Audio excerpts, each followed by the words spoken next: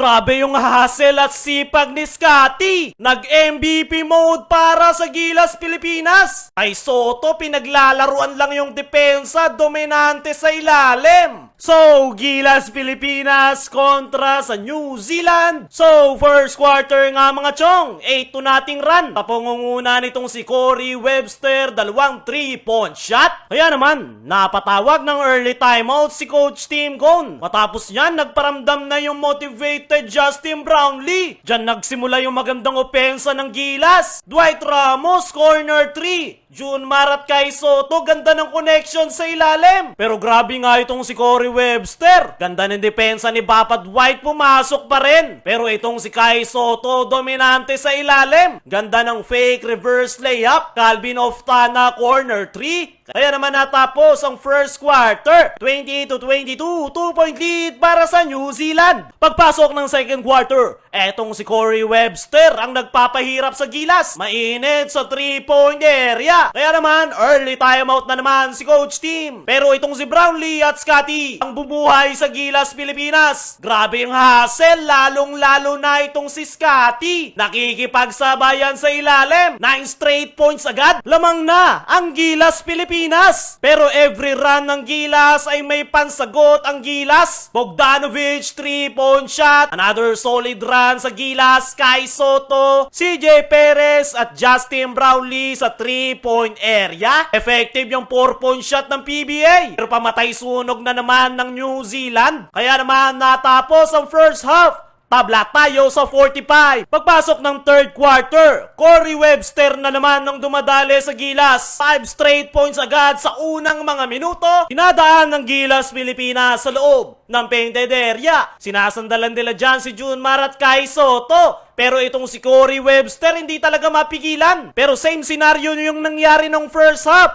Justin Brownlee at Scotty ang bumubuhat. Grabe yung hustle. Nagbaon pa ng long 3-point shot. Balik sa Gilas Pilipinas ang kalamangan. Nagpatuloy pa nga yung massive run ng ating national team. Dominante pa rin ni Kai yung ilalim. Halos lahat ay nagagawang makapag-contribute, maging si Carl Tamayo. Kaya natapos ang third quarter. 72-63, 9-point lead para sa Gilas Pilipinas. Pagpasok ng fourth and final quarter, unti-unting gumagapang ang New Zealand. 6-2 run ang kanilang ipinamalas. Pero pamatay sunog, classic Justin Brownlee. Pero 5 straight points ang sagot dyan ng New Zealand. 3-point shot ni Brown, atake pa sila sa ilalim. Pero etong si Kai Soto, ganda ng inilalaro perimeter. Dominante pa rin sa ilalim. Pero another pamatay sunog ng New Zealand, corner 3. Pumapalag pa ang New Zealand sa last 2 minutes. Pero nanatiling ang compose ang Gilas Pilipinas. At tayo ang kukuha ng panalo. Nagbabalik na ang PBA. At mas gawin nating exciting ang pagsuporta sa ating paboritong kupunan gamit ang 1xBet. I-click mo lang ang link sa comment section, mag-register gamit ang ating promo code na Ballers2. Makakakuha ka ng 12,000 bonus kapag nag-register at ginamit mo ang ating promo code. Madali lang mag-cash in via deposit at withdraw funds naman para sa cash out. Kaya taya na sa 1xBet.